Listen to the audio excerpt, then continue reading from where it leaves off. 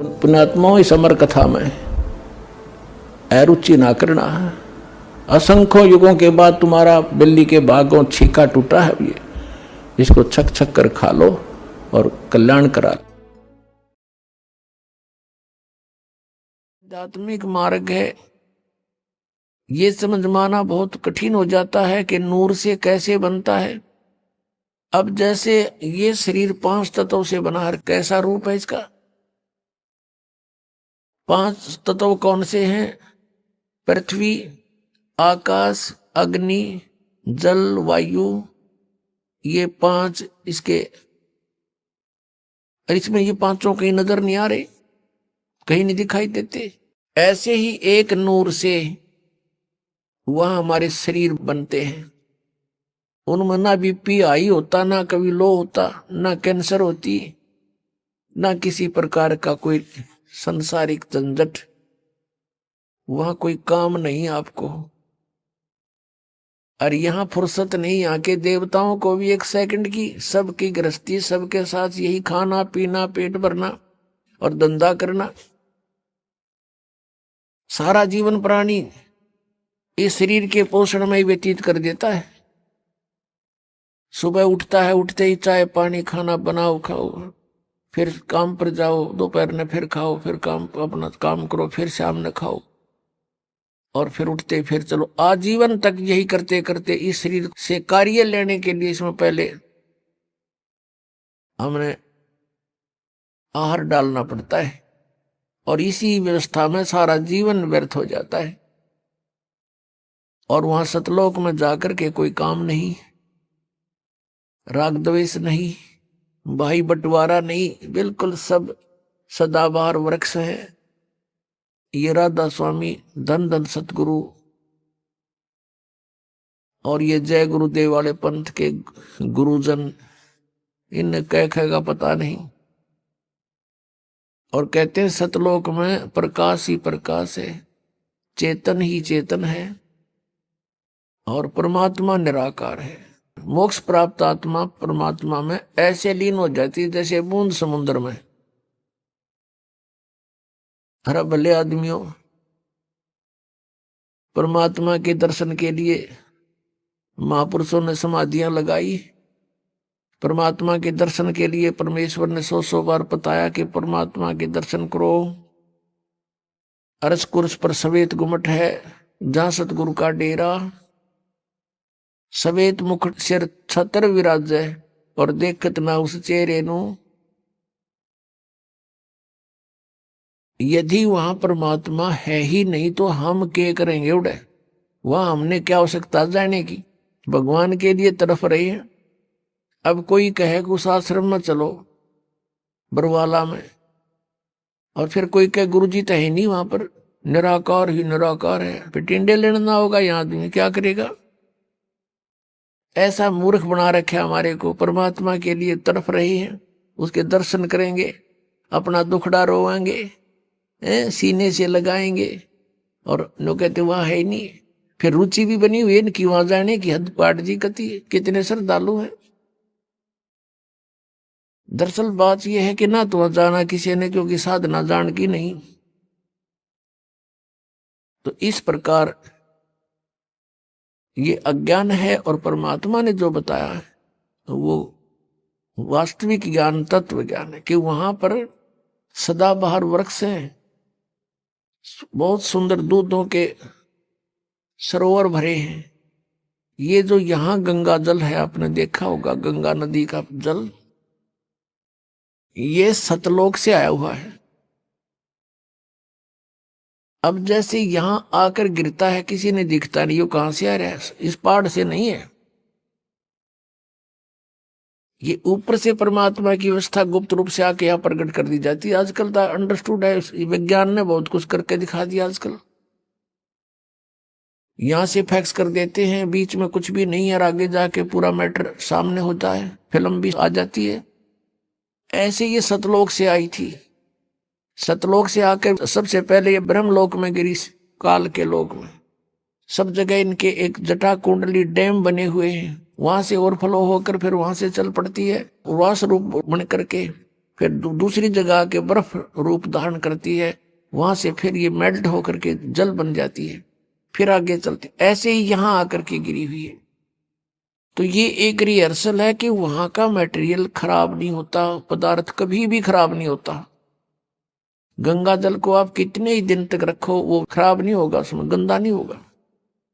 और दूसरा आपको प्रमाण दिखाते हैं कि हम इस परमेश्वर की अमर वाणी का पाठ करते हैं, जो यहाँ यज्ञ होता है, और यहाँ पर ये जल रखते हैं। एक सिंपल जल होता है, यहाँ आम टूटियों का भरा हुआ, और इसको फिर परमात्मा की वाणी इसके ऊपर चलती है। ये वाणी चलती है, मंत्र हैं भगवान के, ये सत्संग होता है, ये सब उसके ऊपर उस जल को अमृत बना देते हैं। गंगा से भी उत्तम बन जाता है वो। गंगा तो एक जल का काम करता है और वो एक बहुत प्रबल अमृत बन जाता है। और उसको कितने दिन तक रखिए आप, कभी खराब नहीं होता। हमारे पास रखा है सन 1996 का, 1996 का ये अमृत रखा हुआ आज तक एक बोतल में, और एज इट इज है। तो जिस परमात्मा की चर्चा करने मात्र से जल भी अमृत बन जाता है, तो पुण्यात्माओं, इस जो सत्संग हम करते हैं, परमात्मा की महिमा सुनाते हैं, अमृतवाणी बोलकर सुनाते हैं, इससे पशु पक्षियों पर भी प्रभाव पड़ता है, चींटियों पर भी प्रभाव पड़ता है, पौधों पर, वृक्षों पर भी प्रभाव पड़ता है, और इनको भी बहुत कुछ शक्ति प्राप्त होती है, और समय आने पर इनको ये काम देगी, इनको लाभ देगी। तो उस सतलोक के अंदर कोई पदार्थ खराब नहीं होता, सड़ता नहीं, गलता नहीं, और सदाबहार वृक्ष हैं, सूखते नहीं, और वहां कोई काम नहीं। परमात्मा की याद में आत्मा भीगी रहती है, मस्त रहती है, बहुत आनंद रहता है, चर्चा चलती है, ऐसे मंडलियां बैठकर बतलाती हैं, और नीचे के दुखों को देखकर आंखों में आंसू आते हैं कि कैसे रजा हुई परमात्मा, हम कैसे निकला इस गंदते हैं। वहां जाकर जब नीचे को देखते हो ना, इसमें सड़ांध आती है, इस 21 ब्रह्मांड में तो सड़ांध दुर्गंध आती है। इस पृथ्वी लोक पर रहने वाले प्राणियों के अंदर से निकल रहे ये बदबू, कहते हैं 12 लाख किलोमीटर तक ऊंचाई तक इसकी बदबू जाती है, स्मेल, बैड स्मेल जाती है। तो पुण्यात्माओं, इस प्रकार की विवेचन से आपका मन परमात्मा की तरफ आकर्षित होगा, और यहां से चलने की तैयारी करोगे। अन्यथा हम इसी व्यवस्था को फाइनल मान चुके हैं, मृत्यु तो होनी ही है, लेकिन मृत्यु से पहले बच्चों का विवाह हो जावे, और इनको भी भगवान संतान दे दे, इनका रोजगार ठीक हो जाए, फिर हम बेशक मर जावा। हमने इतना फाइनल कर रखा, बस ये हमारी फाइनल सोच है। अब कारण क्या है कि विकल्प नहीं था हमारे पास कोई भी। अब परमात्मा ने आकर दया करी अपने बच्चों पर, वो खजाना खोल दिया जो 600 वर्ष पहले परमात्मा ने कहा था, धर्मदास मैं आपको ये सारा ज्ञान बताऊंगा, लेकिन इस तत्व ज्ञान को अभी सार्वजनिक मत करना है। धर्मदास मेरी लाख दुहाई, ये सार नाम की तबार ना जाई, सार नाम बार जो पढ़ी, बिचली पीढ़ी हंस नहीं तरही। फिर कहा है कि धर्मदास मोरी लाख दुहाई, ये मूल ज्ञान कई बार ना जाई, मूल ज्ञान बार जो पढ़ी, बिचली पीढ़ी हंस नहीं तरही। मूल ज्ञान को तब तक छुपाई जब तक ये द्वादश पंथ मिट जाई।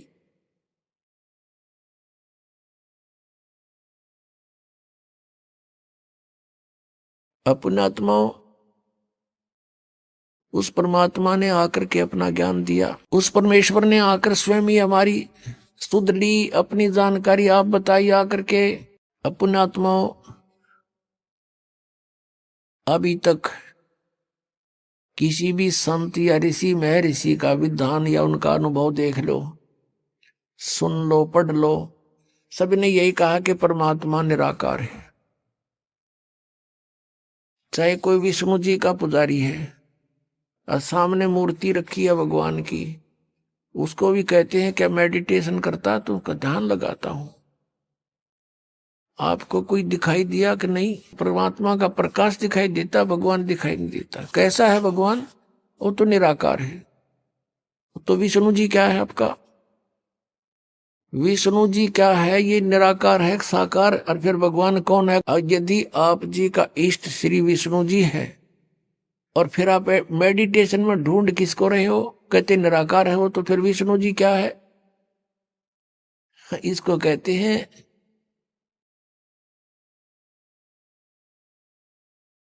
मोती मुक्ता दर्शत नाही, ये जगह सब अंदरे, और दिक्कत के तय नैन चश्मिन का फेरा मोतिया बंदरे। एक शेख फरीद नाम के मुसलमान धर्म के अंदर एक फक्कड़ फकीर हुए हैं।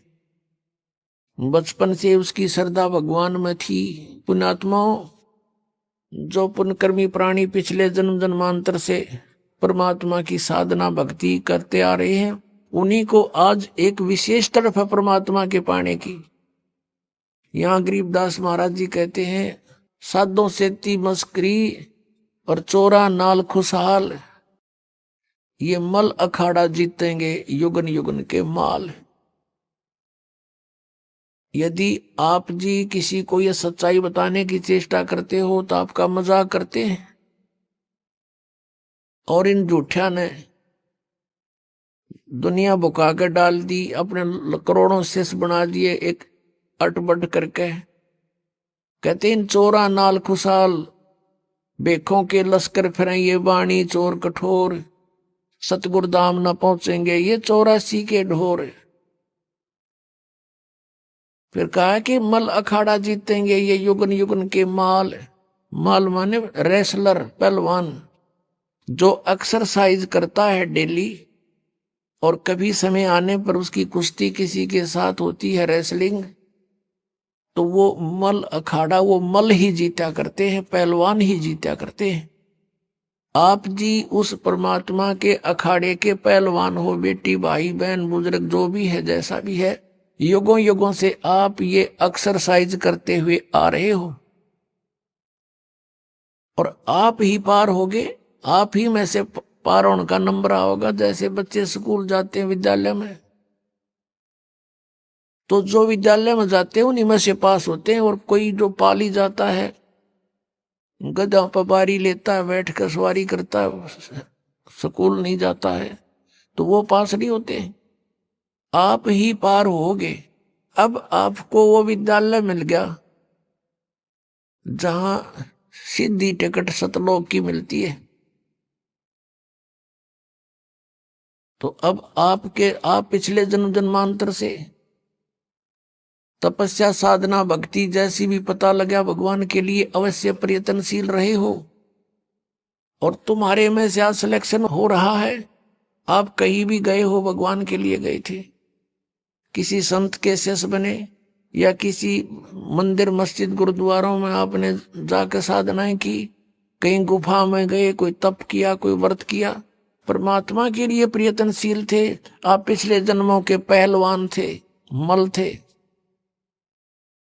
आप माल थे पिछले जन्म जन्मांतर के, लेकिन आपको दिशा ठीक ना मिली, जिस कारण से आत्मा आपकी भगवान बिना नहीं रह सकती। इस काल ने हमारे को मूर्ख बनाने के तरीके बहुत अपना रखे हैं। कोई शुक्रवार का व्रत रख के अपने आप को संतुष्ट मान रहा, रखे रहे। कोई सोमवार का व्रत रखता है तो बहुत अच्छा, रखे रहे, क्योंकि सैकड़ों समर्थक हैं, हाँ सही है, मैं भी करता हूं। और ये किसी को नहीं पता कि गीता जी के 16वें अध्याय के 23वें श्लोक में लिखा है कि शास्त्र विधि को त्याग कर जो मनमाना आचरण करते हैं, उनकी न तो गति होती है, न कोई सुख प्राप्त होता है, न उनकी कोई सिद्धि प्राप्त होती है। यूजलेस। गीता जी अध्याय नंबर 16 के श्लोक 24 में तुरंत कहा है कि इससे तेरे लिए अर्जुन कर्तव्य और अकर्तव्य की व्यवस्था में सदग्रंथ ही प्रमाण है, नथिंग एल्स। किसी की दंत कथा पर मत विश्वास करना, जो अपने सदग्रंथों में लिखा है उसी में वे ऑफ वर्शिप सही है, फाइनल है। अब जैसे ये श्री कृष्ण जी के पुजारी पवित्र हिंदू धर्म में जितने भी पुण्यात्मा हैं अब गीता जी को सिरोधार्य मानते हैं और नाम जपते हैं, हरे राम हरे कृष्ण राधे राधे श्याम मिला दे, ओम नमः शिवाय, ओम भागवते वासुदेव नमः, एवं नमः। ये पता नहीं कितने मंत्र बना रखे। गीता जी में है कोई मंत्र ऐसा? गीता जी में फाइनल फैसला कर रखे है। गीता जी अध्याय नंबर 8 के श्लोक नंबर 13 में कहा कि ओम इति एक अक्षरम ब्रह्म व्यवहारण मामनुसमरण ये प्रयाति तदंदेहम सयाति परमाम गति। मुझ ब्रह्म का, माम ब्रह्म, मुझ ब्रह्म का केवल ओम इति एक अक्षरम, ये ओम एक अक्षर है, नथिंग एल्स, और कुछ नहीं। और उच्चारण करके सिमरण करने का, उच्चारण करके सिमरण करता हुआ जो अंतिम श्वास तक, शरीर छोड़ने तक इसका सिमरण करता हुआ छोड़कर जाता है, यह प्रयाति तदन देहम सयाति परमाम गति, वो परम गति को प्राप्त होता है। ओम से मिलने वाली परम गति, ओम से मिलने वाली श्रेष्ठ गति कौन सी है? ब्रह्मलोक प्राप्ति, क्योंकि ओम ब्रह्म का मंत्र है। गीता जी अध्याय नंबर 7 के श्लोक नंबर 18 में गीता ज्ञानदाता ब्रह्म श्री कृष्ण जी में बोल रहा है। वो कह रहा है कि ये उदार आत्मा है तो अच्छी, लेकिन ये मेरे वाली घटिया गति में ही आश्रित रहे। ओम से मिलने वाली जो सुविधा है, मोक्ष है, जितना कहते यो तो व्यर्थ है, घटिया है, अनुत्तम है। अनुत्तम क्यों है? क्योंकि गीता ज्ञानदाता स्वयं कह रहा है चौथे अध्याय के 5वें और 9वें श्लोक में, दूसरे अध्याय के 12वें श्लोक में, 10वें अध्याय के दूसरे श्लोक में, अर्जुन तेरे और मेरे बहुत जन्म हो चुके हैं, तू नहीं जानता मैं जानता हूं। तो इससे सिद्ध है कि जन्म मृत्यु ब्रह्म की भी, और पुजारी भी फिर जो दुखी, जन्म और मृत्यु जैसा दुख नहीं पृथ्वी पर। इसलिए गीता ज्ञानदाता 18वें अध्याय के 62वें श्लोक में कहता अर्जुन तू सर्वभाव से उस परमेश्वर की शरण में जा, उसकी कृपा से ही तू परम शांति को और सनातन परम धाम को प्राप्त होगा। अब पुण्यात्माओं 17वें अध्याय के 23वें श्लोक में गीता जी में स्पष्ट किया है कि उस सच्चिदानंद घन ब्रह्म की पूजा यानी तत्ब्रह्म, उस परम अक्षर ब्रह्म की साधना का 3 मंत्र का जाप है, उसको प्राप्ति का। ओम तत्सत, ओम ब्रह्म का सरपुरुष भी कहते हैं इस ब्रह्म को, और तत् अक्षर पुरुष का वो सांकेतिक है, और सत जो है परम अक्षर ब्रह्म का। इनकी मजदूरी करनी है। इन तीनों की साधना से ही परमात्मा प्राप्ति, सतलोक प्राप्ति होगी। ओम और तत् सांकेतिक है, ये दोनों मिलकर 2 अक्षर का सतनाम बनता है। और तीसरा वो सार नाम है जो सत कहा है गीता जी अध्याय नंबर 17 के श्लोक 23 में। तो कहने का भाव ये है कि हम साधना करने का खूब कोशिश की हमने, अब पढ़े गीता और नाम ले हरे कृष्ण कृष्ण कृष्ण हरे हरे राधे राधे, कोई बात हुई या? बालकों का खेल बना रखा हमने, भगवान की तरफ जरा भी ध्यान नहीं दिया। गीता जी में है कहीं ये मंत्र, फिर जाप किस लिए कर रहे हो? परमात्मा का विधान है ये। यदि कहो कि तुम कि पुराणों में ऐसा लिखा है, पुराण क्या चीज है, गीता जी क्या शास्त्र है। चारों वेद पूर्ण परमात्मा ने, सत्य पुरुष ने इस ब्रह्म के अंतःकरण में फीड कर दिए थे। 5 वेद किए थे, 5 वेद, सूक्ष्म वेद भी जो परमेश्वर ने स्वयं आकर बोलना पड़ा, इसने नष्ट कर दिया फिर। और उसमें ऐसे फीड कर दिए जैसे उसका निर्धारित समय रख दिया, इतने समय के बाद वो अपने आप इसके श्वासों के माध्यम से बाहर निकल आएगा। इसने सारे के सारों को पढ़ा तो इसमें देखा कि जो 5वां वेद है उसमें पूरा निर्णायक ज्ञान है, कबीर इज गॉड, वो साकार है, मनुष्य दृश्य है, और उसकी भक्ति की विधि ये है, उसमें सारा कंप्लीट था। तो इसने 5वां वेद नष्ट कर दिया। 4 वेद जिसमें महिमा तो परमात्मा की है, लेकिन वे ऑफ वर्शिप नहीं है, उसमें पूजा की विधि नहीं है। वो 4 वेद अपने पुत्र ब्रह्मा को दे दिए, ब्रह्मा जी ने उनको पढ़ा, जैसा भी अभी तक इनके समझ में नहीं आ रहा ये है कि क्या कहानी है। तो ब्रह्मा जी से ही ज्ञान प्राप्त हुआ, किन्होंने, अन्य ऋषियों ने। तो उन अन्य ऋषियों का और साथ में इस ब्रह्मा जी का जो ज्ञान है वो पुराण है, और वेद ज्ञान है गॉड गिवन। जो गीता है, श्रीमद् भगवत गीता, ये भी वेद ज्ञान है। इसमें थोड़ी सी इसने अपना मिक्सर कर रखा है। गीता जी में जगह जगह इसने कुछ संकेत दिए हैं कि ये मेरा मत है, उसका मत छोड़ के बाकी सब वेद ज्ञान है। अपनात्माओं, वेद जो है ये परमात्मा का विधान है, आदेश है, संविधान है। और जो पुराण है उनमें किसी ऋषि या ब्रह्मा विष्णु महेश देवता का आदेश है, उनका अपना अनुभव है। तो हमने वेदों के अतिरिक्त किसी की भी आदेश की पालना नहीं करनी है। यदि हम परमात्मा के विधान के विरुद्ध किसी की आज्ञा का पालन करके साधना करते हैं तो वो शास्त्र विधि को त्याग का मनमाना आचरण है। पुराण जो है ये हेल्प करते हैं केवल परमात्मा की महिमा को समझने के लिए, लेकिन परमात्मा पाने का केवल गीता जी और वेद ही विधान है। और पांचवा वेद जो परमात्मा ने स्वयं आकर बोला, जो सच्चिदानंद घन ब्रह्म की वाणी कहलाती है, कबीर वाणी, वो उसमें सारे ही ज्ञान है, इंक्लूडिंग चारों वेद और साथ में गीता और पुराण, सभी उनमें इंक्लूड है। एक व्यक्ति था, उसका मित्र एक दरोगा था, एसएचओ। उसने अपने मित्र से कहा कि मेरा जो पड़ोसी है साथ वाले मकान का, वो मुझे बहुत परेशान करता है, किसी तरह बाज नहीं आता है, मैं क्या करूं। अब एसएचओ ने कहा कि मार लठ उसका माप देख लूंगा। पहले ऐसे समय थे। अब उसने अपने मित्र उस दरोगा जी का आदेश पालन करके अपने पड़ोसी से झगड़ा ठान लिया, लट्ठम लट्ठा हो गए, पड़ोसी मर गया। अब वो साथ वाले मकान का व्यक्ति मर गया तो उसको पकड़ कर ले गया वही एसएचओ जो उसका मित्र था, और कोतवाली में दे दिया और उसको सजा होगी, सजाए मौत होगी। अब उसने क्या गलती करी कि राजा का विधान है कि कोई किसी की हत्या करेगा उसको सजाए मौत दी जाएगी।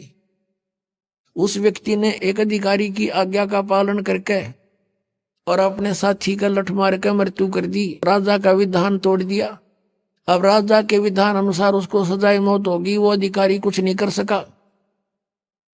तो पुण्यात्माओं, हमने ऐसे जानना है कि जो वेद और गीता ये परमात्मा का विधान संदेश है, इसमें जो लिखा वही फाइनल है। इसके अतिरिक्त ऋषियों की, देवताओं की जो अपने अनुभव की बातें हैं वो हमने पूजा की विधि में स्वीकार नहीं करनी, क्योंकि वो एक अधिकारी का आदेश हो जाएगा। उसको पालन करने से भगवान का विधान खंड हो जाएगा और हम दोषी अपराधी हो जाएंगे। अब प्रसंग चल रहा है कि आज तक हमें परमात्मा की जानकारी यथार्थ रूप में नहीं हुई। एक शेख फरीद नाम का मुसलमान धर्म में उत्पन्न एक पुण्यकर्मी प्राणी था। पुण्यात्माओं, हम आज से नहीं जन्म मर रहे, असंख्य जन्म हो गए, और इस चतुर्युगी में हम सतयुग से लेकर आज तक जन्मते मरते रहे हैं। और इस कलयुग से पहले हम अलग, ना कोई मुसलमान था, ना हिंदू था, ना सिख था, और ना ही कोई मुसलमान था, ना ईसाई था। सब वैदिक धर्म को मानने वाले होते थे, वेदों अनुसार ओम नाम का जाप करते थे, और कोई साधना वो सर्व यज्ञ हवन आदि करते थे, 500 यज्ञ किया करते थे। अब हमारे आपस में संस्कार एक दूसरे के मिक्स हैं। आज कोई हिंदू धर्म में जन्मा है तो कल मुसलमान धर्म में जन्म ले सकता है। आज कोई मुसलमान धर्म में कट्टर हुआ बैठा, कल मृत्यु होगी, उसके बाद वो हिंदू धर्म के अंदर जन्म ले सकता है। ईसाई के भी ले सकता है, ईसाई भी की मृत्यु के बाद ईसाई भी यहाँ आ सकते हैं हिंदू धर्म में। और सिख धर्म में भी जा सकते हैं। तो कहने का भाव यह है कि हमने अपनी बुद्धि को बहुत ऊपर उठाना पड़ेगा, तब हम इस काल के जाल से निकल पाएंगे। तो पुण्यकर्मी प्राणी शेख फरीद पिछले ही संस्कार प्रबल थे उसके लिए थोड़ा सा कथा सुनाते हैं कि वो शरारती बहुत था, उलाने बहुत लाता था, गांव में जाकर के दूसरे बच्चों के साथ झगड़ा कर देता था, किसी को कुछ छेड़छाड़ कर देता था आपस में बच्चों के साथ, या किसी के घर में घुस के उनका कोई बर्तन बुर्तन उठपटंग कर देता था, उलाने आते थे। उसकी माता बहुत तंग होगी, उसने सोचा अब क्या करूं, इसको कैसे शांत करूं। तब उसने एक दिन सोचा कि इसको कहती हूं कि बेटा तू नमाज कर ले। शेख फरीद की माता ने कहा कि बेटा तू नमाज करा कर। छोटा ही बालक था, 3-4 वर्ष का। कहने लगा क्यों, मैं क्यों करूं नमाज, मुझे क्या मिलेगा।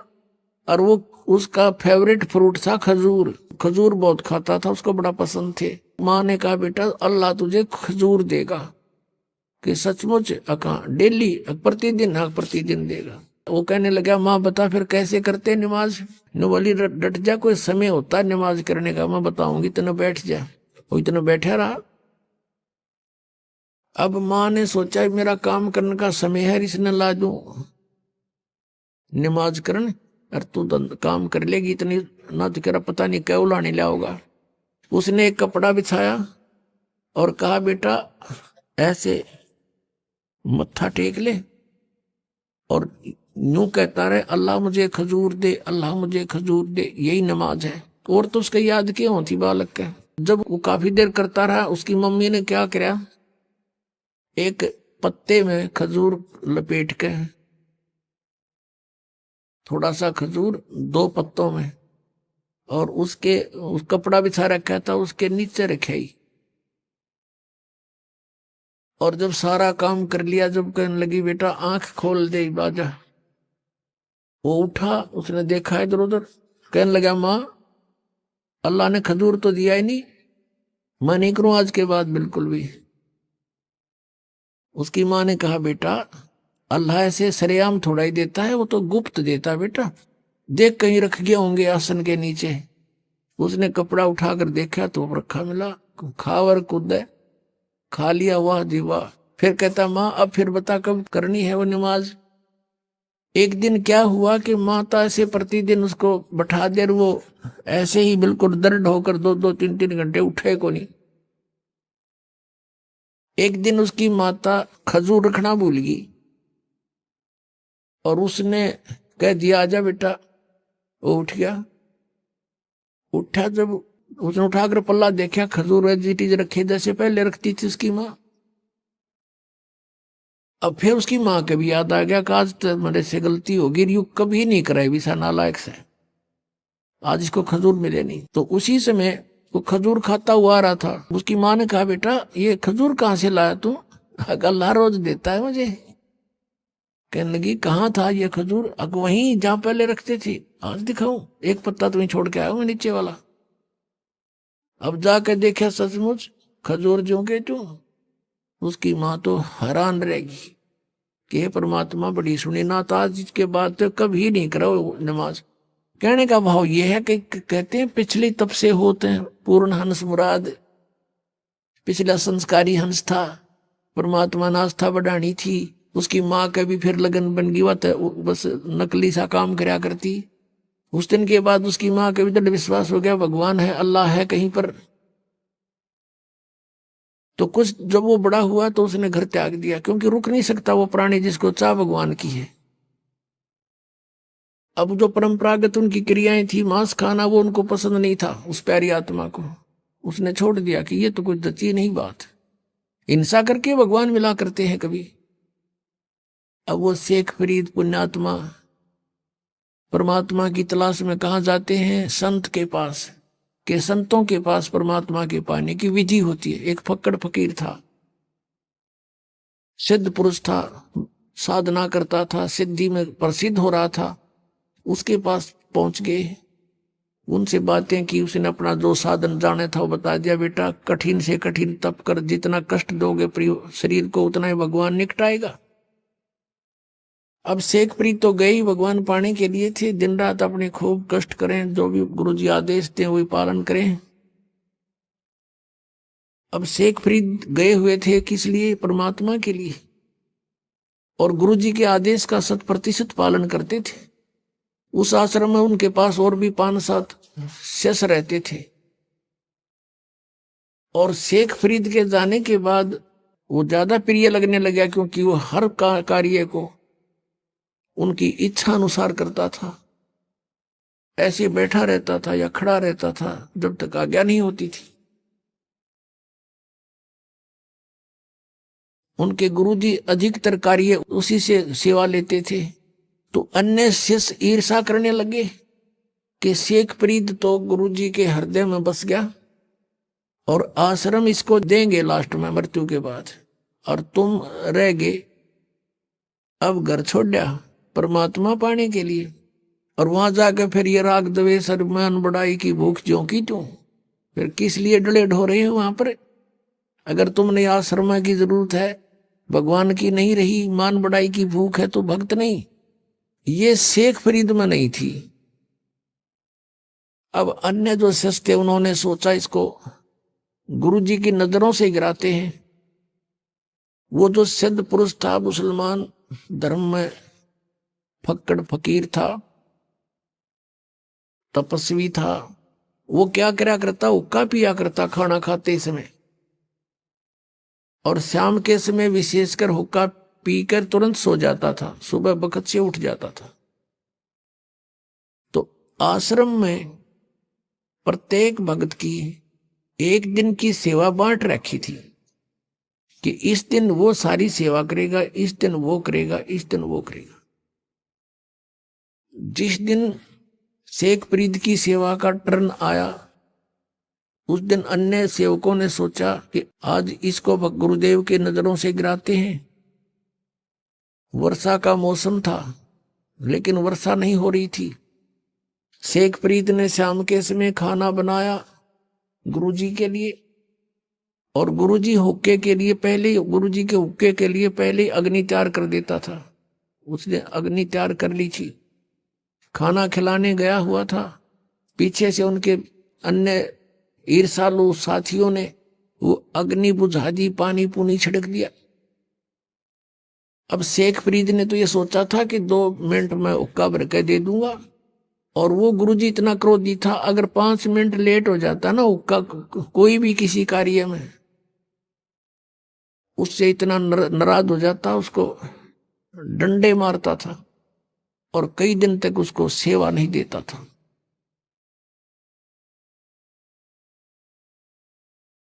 तो अब शेखप्रीत जी गए अपनी मस्ती में कि जाके हुक्का भर दूंगा, जाके देखे आग नहीं है। अब शेखप्रीत को तो भाई चिंता का विषय हो गया, इधर देखा उधर देखा, अग्नि नहीं बिल्कुल भी। थोड़ी सी दूर पर देखा कि गांव था, नगर था, वहां से 1 किलोमीटर की दूरी पे वहां धुआं उठ रहा था। चलम उठा के भाग लिया पूरी स्पीड पे। वहां जाकर देखा तो एक माई चूल्हे में अग्नि जलाने की चेष्टा कर रही थी, फूंक मार रही थी, और आंखों में पानी गिर रहा था। धुआं वापस आकर उसको परेशान कर रहा था। अब शेखप्रीत दौड़ा दौड़ा गया, माई माई कहाँ, कौन है? हाँ महाराज क्या बात है? कि माई आग दे दो, हुक्का भरना है। वह माई थी नरी निकम्मी, नो बोली आंख फूट जाना जब आग मिला है, आंख फुड़वा ले तू भी अपनी। अब वो बोला आदमी था, साधु संत बोले वाले होते हैं, अकमाई आंख फूटने से अग्नि मिल जाएगी? कहाँ मिल जाएगी? वनो क्या कर फिर फू फू करने लगी। अब उसने दे के चिमटा आंख में और बाहर निकाल कर रख दी, ले माई आग दे दे मुझे, ये आंख फोड़ ली मैंने। अब माई ने देखा, उसके तो पाए तलेगी धरती निकलेगी कि तू उस महात्मा का शिष्य है, वो बड़ा सिद्ध पुरुष है, और उसने कुछ वचन बोल दिए तेरा नाश हो जाएगा। उस माई ने सारी अग्नि बाहर काट दी चूल्हे थे, अकले बाबर ले। अब वो फटाफट धर के अगर उस आंख के एक बांध का कपड़ा सा और सपेटते फिर भाग लिया। उधर से गुरुजी ने आवाज लगाई, रे शेख फरीद, रे फरीद कित मर गया। तीसरी आवाज जब लगाई, जब 2 एकड़ की दूरी से आवाज करी, आ गया गुरुजी, आ गया गुरुजी। गुरुजी ने सोचा भी, पूछा भी क्या बात है, इतनी देर कैसे लगा दी जी? आग, मौसम वर्षा का था, गुरुदेव अग्नि जलाई थी लेकिन आग बुझ गई, गांव से दौड़ के लाया हूं। अच्छा रख दे। अब अग्नि रख दी, तो ओका पीड़ का सोने की तैयारी में था, उसने देखा अंधेरा सा हो गया था। आंख का क्या लग गया जी? आप कह रहे थे क्या लगे गुरुदेव, क्या लगे? नौका का बाहर निकल गया। कहा अच्छा भाई। अब सुबह हुआ, माई ने सारी रात काटनी मुश्किल होगी, अब तेरे ऊपर बिजली गिरेगी, वो बताओगा गुरुजी को ऐसे ऐसे, और ये सिद्ध पुरुष है को वचन बोल दिया तेरा नाश होगा। सुबह सुबह जाली बुढ़िया वो माई ले करके उसको आंख को मटके के कापण पर ढक्कन पर रख लेगी और कहा महाराज मेरे से गलती होगी, माफ कर दियो। आपका शेष अग्नि लेने गया था, मैं ऐसे ऐसे धूमे में दुखी हो रही थी और मेरे मुख से निकल गया कि आंख फुटवा ले, आंख फुटते तो अग्नि मिलती है, और आप कैसे से ने आंख निकाल कर रख दी। महाराज मेरे पे गलती होगी, माफ कर दो। माथा टेक कर रोआ बुढ़िया माई। अब उस गुरुजी के समझ में नहीं आ रही या कहना के चाह रही है। वो बोला माई मुझे ढंग से बता क्या बात है। कहने लगे जी ऐसे ऐसे बात थी। शेख फरीद को बुलाया, अरे फरीद इधर आ। कहा जी? अरे क्या हो गया? आप कह रहे थे क्या हो गुरुदेव? आपकी दास को आप कह रहे थे क्या होना था? अरे ये कपड़ा क्यों बांध रखा है? अरे जी ऐसे ही करके बोला खोल दे इसको। उसने कपड़ा खोल दिया तो आंख जो की तो पाई उस फरीद की। अब वह माई देख कर हैरान रहेगी, लेकिन दूसरी आंख से वह कुछ छोटी बन गई। ये यकीन दिलाने के लिए कि सचमुच ये घटना घटी है। अब पुण्यात्माओं, ऐसे सिद्ध पुरुष और ऐसे करामात दिखा देते हैं तो फिर उसके ऊपर शंका हो किसने? अब ये बातें अब तत्व ज्ञान से आपका समझ में आएंगी कि ऐसा सिद्ध पुरुष था वो तपस्वी ओक्का पहाड़ कि क्योंकि पिछले संस्कार थे उन प्राणियों के, पिछले ही तब से होते हैं पूर्ण हंस मुराद। वर्तमान की सिद्ध साधनाथ कुछ थी नहीं उनकी, दोनों की, ना शेख फरीद की थी ना उस गुरु की थी, पिछले संस्कारों से थी, पिछले जन्म जन्मों के वो विद्यमान होते हैं। तो भी उन्हीं को अंगड़ाई आती है भक्ति की, घर त्याग देते हैं, लेकिन आगे साधना ना होने से वो अपनी बैटरी डिस्चार्ज कर जाते हैं ऐसे सिद्धि दिखाकर। अब सब जगह आसपास चर्चा का विषय हो गया। उस महाराज की वाह वाह होगी कि एक बालक की ऐसे ऐसे आंख भी पूरी कर दी उसने। सारी जनता आसपास की पूजन लायक गिर, वो महात्मा सिद्ध पुरुष और सुप्रीम वो हो गया वहां का संत। अब कुछ दिनों के बाद क्या हुआ कि उसकी मृत्यु होगी। मृत्यु के उपरांत शेख फरीद ने वो अपना आश्रम त्याग दिया। सोचा साधना करनी है, गुरुजी ने कहा कठिन तप करो, भगवान निकटावेगा, उसके दीदार हो जाएगा। शेख फरीद तो परमात्मा पाने के लिए घर से निकला था और भगवान ना मिला तो इस मनुष्य शरीर का हो बनेगा क्या, मैं करूंगा क्या इस मिट्टी का, ये सोचकर गुरुजी के आप बताए अनुसार घोर तप शुरू कर दिया। एक वृक्ष की मोटी टहनी कुएं के ऊपर से गई हुई थी। उसने सोचा बहुत साधना कर ली, वैसे करता हूं, ऊपर रस्सा बांध लिया वृक्ष के और अपने पैरों में बांध लिया दोनों में, और शेष रस्सा नीचे को लटका दिया और उल्टा लटक गया। अब 12 वर्ष तक उसने उल्टा लटक के कई घंटों कुएं में साधना की और 12 वर्ष के अंदर 50 किलो अन्न खाया था शेख फरीद ने, 50 किलो 12 वर्ष में। एक वर्ष में दिन होते हैं, और एक दिन में वैसे तो मनुष्य की 1 किलो का आहार बताया है। यदि 10 ग्राम भी हम सोच कर चल रहे हैं तो एक महीने की भी 10 ग्राम तो होता भी कुछ को ना, 100 ग्राम माने तो भी, तो कैसा शरीर होगा उसका। अस्थि पंजर रह गया शेष। वो बाहर आकर के कभी कभी विश्राम करता था, परमात्मा की तरफ में रहता था, और वो ऐसे लेटा हुआ था। कौव्या ने देखा कि ये व्यक्ति मर चुका है, वो उसके ऊपर आकर बैठ गए।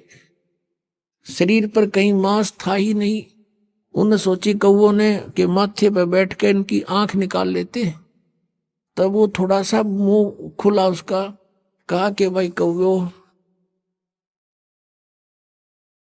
मेरे शरीर पर कहीं मांस बचा हो, उस मांस को खा लो, मेरी आंखों को मत छुओ, इसको ना डिस्टर्ब करो, मुझे अल्लाह के दीदार की आशा है,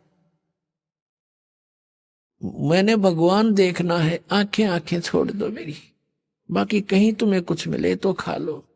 ये मुसलमान थे, और जो मांस खाएं, बकरे काटे, गऊ काटे, ये परमात्मा पालेंगे।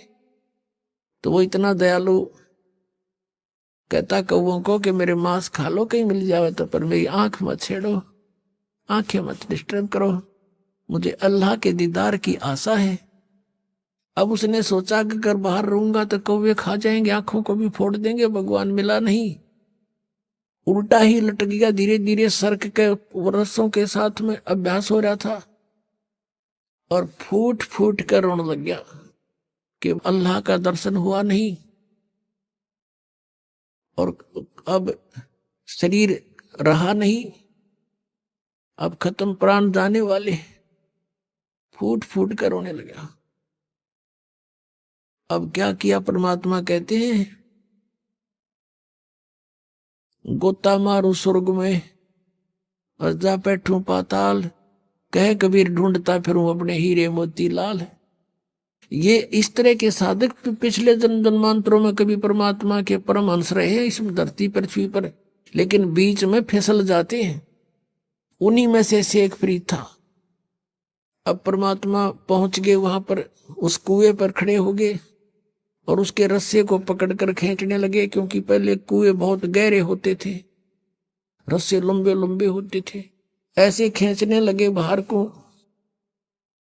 शेख फरीद ने सोचा कोई शरारती आ गया पाली और मुझे डिस्टर्ब कर रहा है। और पहले भी ऐसे गवाले जो होते थे, भेड़ बकरियां चराने वाले, जो गंवार टाइप व्यक्ति, उनमें से कोई ना कोई बाबा जी उस संत के रस्से को पकड़कर ऐसे हिला देता था और यूं बैठकर देखता था तमाशा। वो क्या कर लेता था, ऐसे सिर कर लेता था कि सिर में चोट ना आ जा, और कभी कुएं के इधर लगता था जाके, कभी इधर। वो कुछ देर छेड़छाड़ कर चले जाते थे। पता था उसका कि किस किस के साथ लड़ूं, बच्चे हैं, करते रहेंगे। उन्हीं में से कोई और दूसरा उनको धमका देता था कि ऐसा मत करा करो संतों के साथ, तो कई दिन नहीं कोई आता था। अब शेख फरीद ने सोचा कि पहले तो ऐसे हिला लूका छोड़ जाते थे, आज यू ऐसा निकम्मा टिकल मिल गया, किसी ने बाहर निकाल लिया मैं। अब वो बाहर निकालते निकालते उल्टा लटका लटका कहता है कि ए भाई मुझे ना छेड़े, मुझे डिस्टर्ब ना करे, मैं अपना काम कर रहा हूं, तू अपना काम कर। परमात्मा ने कहा कि तू क्या कर रहा है यहां पर? ए भाई, मैं भगवान के दर्शन के लिए, परमात्मा को देखने के लिए, परमात्मा के पाने के लिए मैं साधना कर रहा हूं। तो परमेश्वर कबीर देव जी ने कहा कि मैं हूं अल्लाह।